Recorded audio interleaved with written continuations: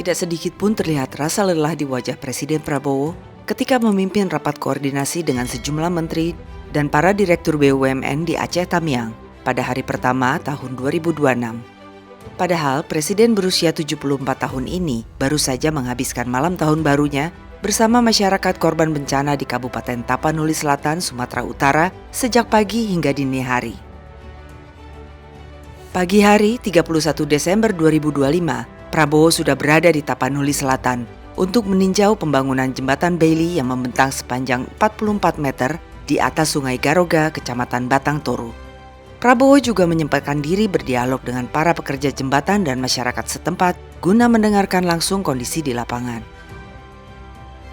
Ketika Prabowo berjalan menyusuri jembatan Bailey yang sudah hampir rampung itu, tampak beberapa anak kecil ikut berjalan di samping Presiden.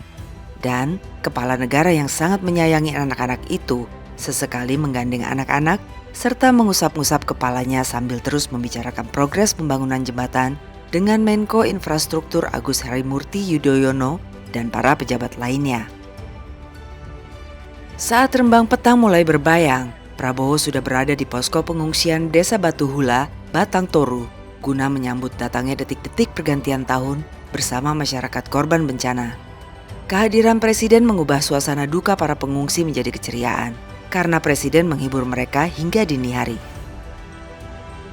Kemudian pagi-pagi sekali, esok harinya Prabowo sudah berada di Aceh Tamiang meninjau rumah-rumah hunian yang sedang dibangun dan antara. Lalu menggelar rapat koordinasi dengan 10 menteri dan pejabat Kabinet Merah Putih, serta 15 direktur BUMN untuk mengevaluasi progres pemulihan pasca bencana Sumatera yang dilakukan pemerintah. Tidak ada istilah hari libur bagi Presiden Prabowo dan seluruh jajaran pemerintahannya. Sehingga 1 Januari 2026 yang merupakan hari libur internasional itu pun justru dijadikan sebagai hari kerja pertama pemerintahan Prabowo Subianto di tahun yang baru kita injak ini. Menyaksikan kegiatan Prabowo bersama sejumlah menteri dan para pejabat lainnya di wilayah terdampak bencana pada penghujung 2025 dan awal 2026, seyogyanya membuat para pendengung berhenti menuduh pemerintah pusat tidak bekerja serius dalam mengatasi dampak bencana banjir dan longsor di Sumatera. Apalagi kegiatan kerja seperti ini berlangsung setiap hari. Para pejabat pemerintah datang secara bergantian ke berbagai titik lokasi bencana untuk berkoordinasi dengan pihak-pihak terkait dan untuk mengetahui sejauh mana proses pemulihan berjalan. Lalu Presiden secara berkala datang berkunjung ke lokasi-lokasi bencana guna memastikan berjalannya proses percepatan pemulihan itu. Tetapi Presiden Prabowo juga tahu bahwa kelompok-kelompok yang tidak menyukai pemerintah selalu saja melihat kegiatan pemerintah dari sudut yang negatif. Bahkan ada yang mengatakan bahwa pejabat pemerintah datang ke lokasi bencana sekedar untuk melihat-lihat. Padahal menurut Presiden, kedatangan para pejabat ke setiap titik lokasi bencana tak lain untuk saling mengecek, saling memeriksa kekurangan-kekurangan yang masih ada, untuk kemudian dicarikan solusinya. Jadi bukan sekadar untuk melihat-lihat. Kadang-kadang saya monitor ada suatu kecenderungan yang menurut saya kurang sehat ya dari beberapa pribadi-pribadi, komentator dan sebagainya yang selalu melihat kegiatan bangsa Indonesia, kegiatan pemerintah dari sudut yang negatif. Jadi kalau saya pernah dengar ada kritik begini, untuk apa menteri datang ke tempat bencana? Hanya datang melihat. Ya, saudara-saudara, serba susah. Menteri tidak datang dibilang tidak peduli. Menteri datang, ya masa menteri ikut macul? Bukan itu. Pejabat datang, pemimpin datang melihat apa kekurangan, apa masalah, apa yang bisa kita bantu, mana yang kita bisa percepat. Kan begitu. Saya datang ketemu gubernur, ya gubernur sampaikan kita butuh ini, kita itu, Pak ada usul ini, ada. Saya tahu langsung, saya bisa cek. Kan begitu ceritanya. Kita tidak perlu menyatakan bencana nasional, tetapi tidak berarti kita tidak memandang ini sebagai hal yang sangat serius. Nyatanya dari seluruh kabinet hari ini ada berapa menteri di sini? Iya kan? 2 sedang di Aceh Utara, 10 menteri sedang di Aceh sekarang. Ya, ada berapa menteri lagi yang sedang di tempat lain. Dan juga kita masih hadapi beberapa lagi kabupaten di beberapa provinsi lain yang juga ada masalah. Jadi saudara-saudara, kita memandang sangat serius dan kita akan habis-habisan untuk membantu. Kita sudah siapkan anggaran cukup besar untuk mengatasi ini. Presiden Prabowo juga menegaskan bahwa pemerintah tidak pernah menghalang-halangi bantuan dari pihak manapun, baik dari dalam maupun luar negeri. Siapapun dipersilakan memberikan bantuan, selama bantuan itu dilakukan dengan tulus. Dan pemerintah akan menyiapkan mekanismenya serta memfasilitasinya agar bantuan itu tepat sasaran.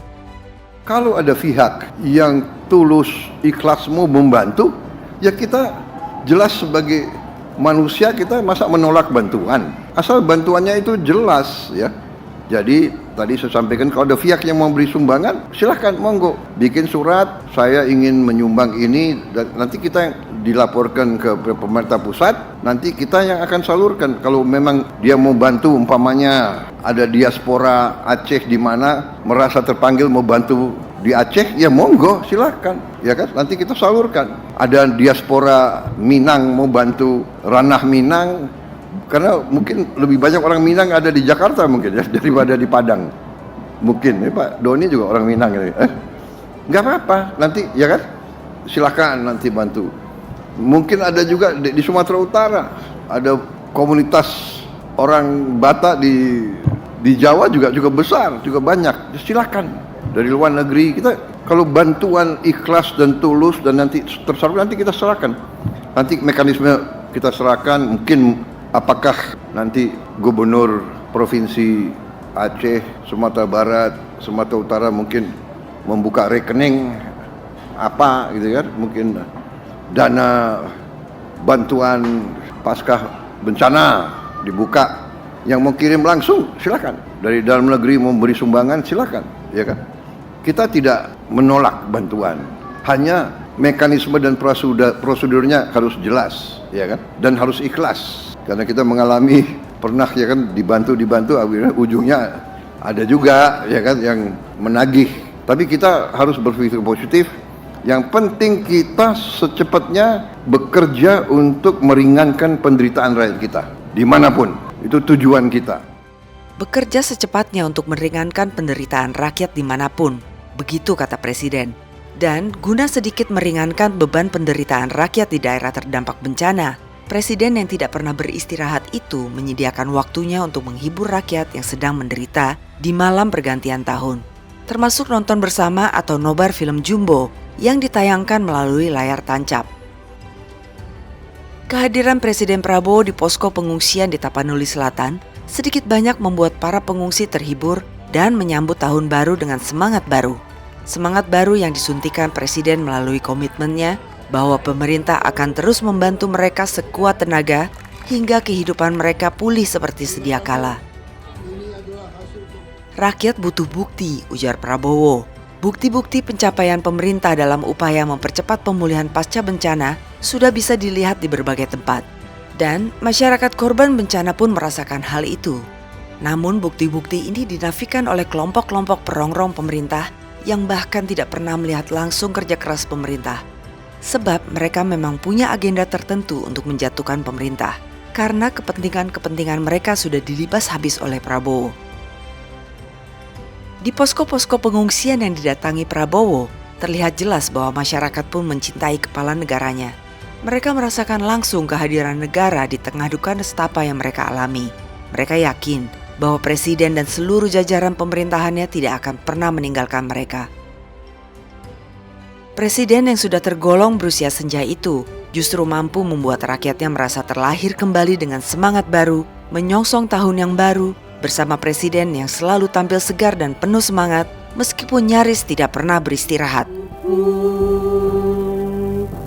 Biarpun saya pergi jauh, tidak akan hilang dari kalbu.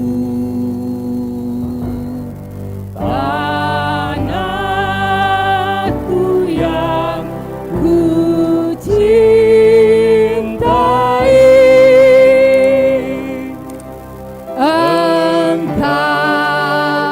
ku hargai.